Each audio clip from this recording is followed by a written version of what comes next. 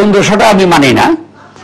তো এখন হলে গিয়া যে সিনেমা হলগুলো কমে গেছে, এগুলি চলচ্চিত্র ভালো মন্দের জন্য কমে নাই, সেটা কমেছে হলে গিয়ে একটি সিনেমা হল যেখানে দাঁড়িয়ে থাকে, বিরাট বড় একটা মোটামুটি একটা মাঠের মতো জায়গা, সেখানে মানুষ বসে ছবি দেখে, বিরাট বড় হল রুম, বাইরে একটা ছোট্ট মাঠের মতো জায়গা, সেখানে লোকজন এসে জমা হয়, টিকিট কাটে, বসে, তাহলে একটা মাঠের মতো জায়গা।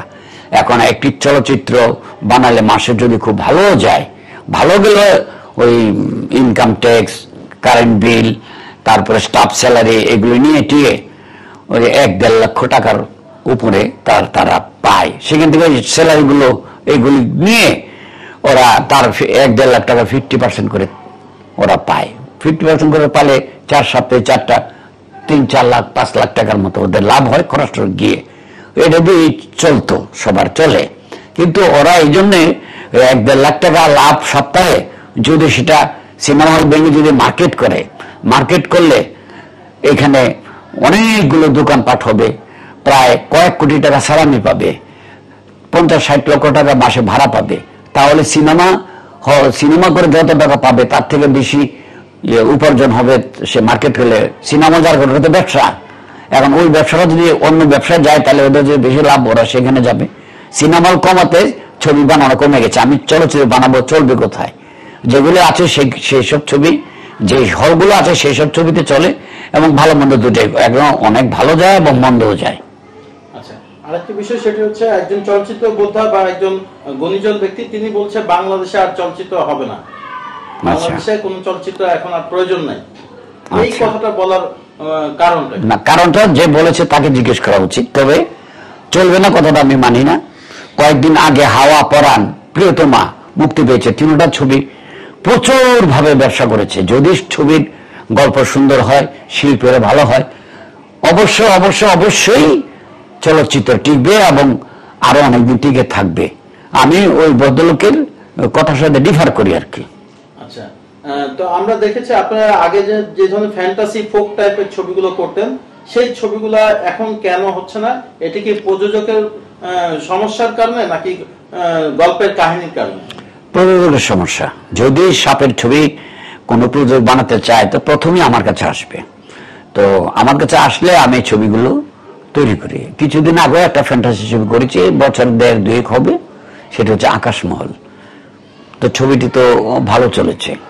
তো সাপের ছবি মানুষ দেখে, এটা আমি সবসময় অনেক আগে আমি শাবানাকে নিয়ে, আলমগীর শাবানাকে নিয়ে নাগরানি করেছিলাম প্রায় 40 বছর আগে। তখনও ছবিটা চলেছে। আমি একটি গল্প লিখেছিলাম নাগনাগিনী, ইবনে মিজান সাহেব করেছিল, সেটাও চলেছে। তারপর আমি 6-7টা করেছি, সবগুলি চলেছে। সাপের ছবি মার খেতে আমি দেখি নাই। আচ্ছা, আমরা একটি ছবির সঙ্গে হঠাৎ মনে পড়লো, সোহেল রানা একটি সাপের ছবি করেছিল, নাগ না কি যেন একটা নাম। তো সেই নাকি, হ্যাঁ, সেই ছবিটা কি আপনার হাত দিয়ে হয়েছিল? না, আমার হাত দিয়ে হবে কেন, তো উনি পরিচালক, কিন্তু আমি গল্পটা লিখেছি কিনা আমার মনে নাই। আচ্ছা আচ্ছা, এখন এই বর্তমান আধুনিক যুগে সাপের ছবি করতে গেলে কি কি প্রয়োজন পড়বে টেকনোলজির দিক দিয়ে? টেকনোলজির বিশেষ, আমরা যখন করেছিলাম তখন তো মানুষ অনেক পছন্দ করেছিল। সাপ থেকে মানুষ হয়, মানুষ থেকে সাপ হয়, এগুলো ইজি ব্যাপার। যারা জানে তাদের কাছে অতি ইজি। আর যদি কোনো ফ্যান্টাসি আকাশে উড়ে যায় সাপ, বা ওই একটা জাদুকর আছে সাপের সাথে, তার জাদুকর যদি চাদরে করে উড়ে যায়, এটাও অনেক ইজি। এই ইজি ম্যাটার এগুলো মানুষের কাছে কঠিন। মানুষের কাছে সবচেয়ে কঠিন কিভাবে গায়েব হয়ে যায়, অথচ এর থেকে সোজা কোনো কাজ নাই।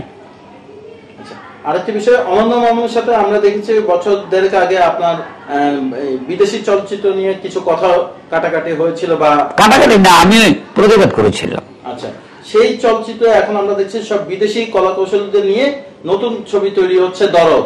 সেই দরদের কাহিনীটা আপনার কাছে কি মনে হচ্ছে? না, আমি কাহিনী জানি না, কি করে বলবো আমি।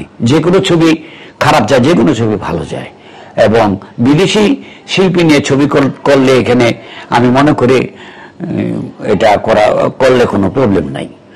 এটা প্রযোজক ব্যবসা খাতিরে যদি করে। কিন্তু আমার এটা হচ্ছে গিয়া যে আমাদের দেশে ওই যে হিন্দি ছবিগুলো যে চলবে বা 1-2টা চলেছে, আমার এখানে প্রতিবাদটা এই জন্য যে হিন্দি যে ছবিগুলো আমরা দেখি ভারতীয়, সেগুলি পিওর হিন্দি না, ওগুলা উর্দু হিন্দি মিক্স, বরং উর্দু ভাষা বেশি, হিন্দি শব্দই কম।